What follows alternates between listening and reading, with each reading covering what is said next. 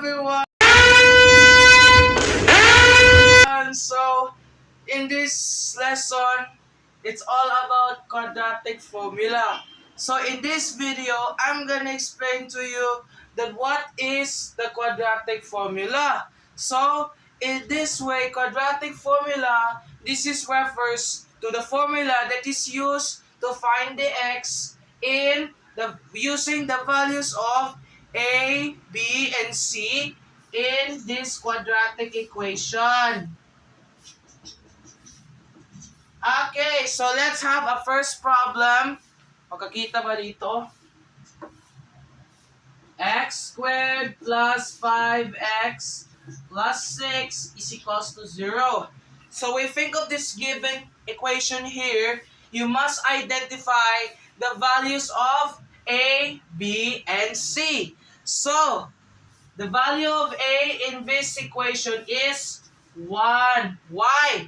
Because 1 is the only value when the x doesn't have a value, but tandaan, it has the invisible 1. So, 1 ang maging value dito.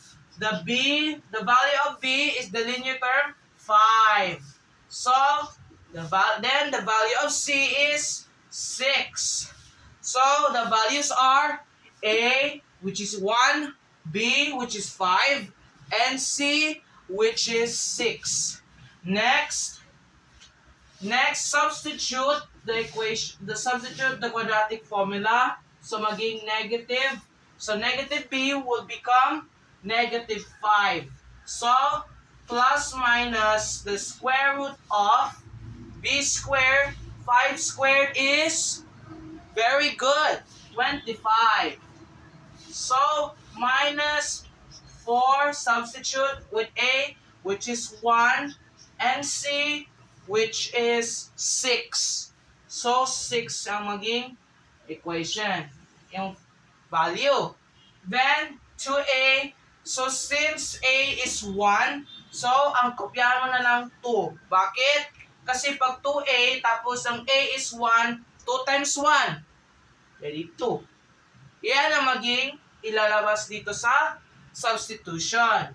Now, next, x equals to negative 5 plus minus the square root of, 25. Okay, let's multiply. 4 times 1 is 4.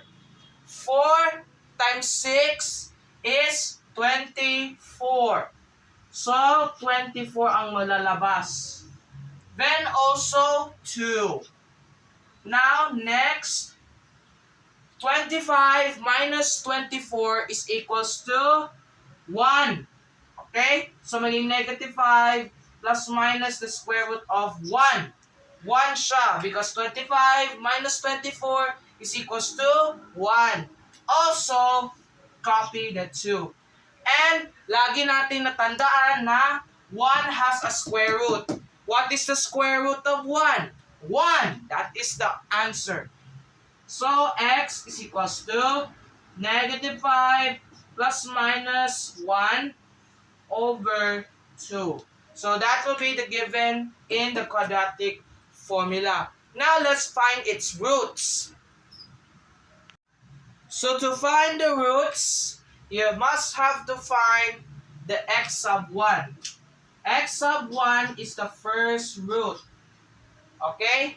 X sub 1 is the first root. So, the x sub 1 will be negative 5 plus 1 over 2. So, in the x sub 1, we have to use the positive sign. Okay, next, negative 5 plus 1 is negative 4. Bakit? Copy the sign of the bigger number and add it and subtract it into 1. So, instead of addition, we use subtraction because that is the opposite. So, negative 5 plus 1 is negative 4 over 2. 4 divided by 2 is 2. What is the sign? Very good, negative. So that is our first root. In the x sub 2, negative 5 minus 1, minus sign ito minus, over 2. Okay, next, negative 5 minus 1 is negative 6. Okay, negative 6 siya. Since we have to copy the bigger sign. And same again, 2. Now, 6 divided by 2 is 3. And what is the sign? Negative. So, we now find its roots. So, the roots of this equation, x squared plus 5x plus 6, is negative 2 and negative 3. So, that is our first example, first given quadratic equation. Now, let's proceed to the second example. Oh, boy, a new problem. So what am I gonna do in this equation? I'm back, and today we're gonna solve this equation. X squared minus 7x plus 10 is equals to 0. So all you have to do is this. Okay, so solution here, I'm gonna use the highlighter since my pencil pen is broken. So, do you know the quadratic formula, right? X is equals to negative b plus minus the square root of b squared minus 4ac and 2a. So that will be the formula for the quadratic formula. Next, all you have to do is substitute. So x equals to negative b. So since this is negative b, and it's the linear term is negative, all you have to do is negative multiply by negative sign is the positive sign. So that will become, copy the value, which is 7. So 7 plus minus the square root of b squared, which is negative, also negative 7. Okay, squared minus 4. Ang 4 natin is, okay, wala tayong 4. 4 pala ito. A natin is 1. And C na natin is 10. So, next, copy 2. So, bakit 2 lang? You know the reason, 2. So, 2A. 2A, what is the value of A? 1. So, just copy 2 times 1. O 2. That's simple. Next.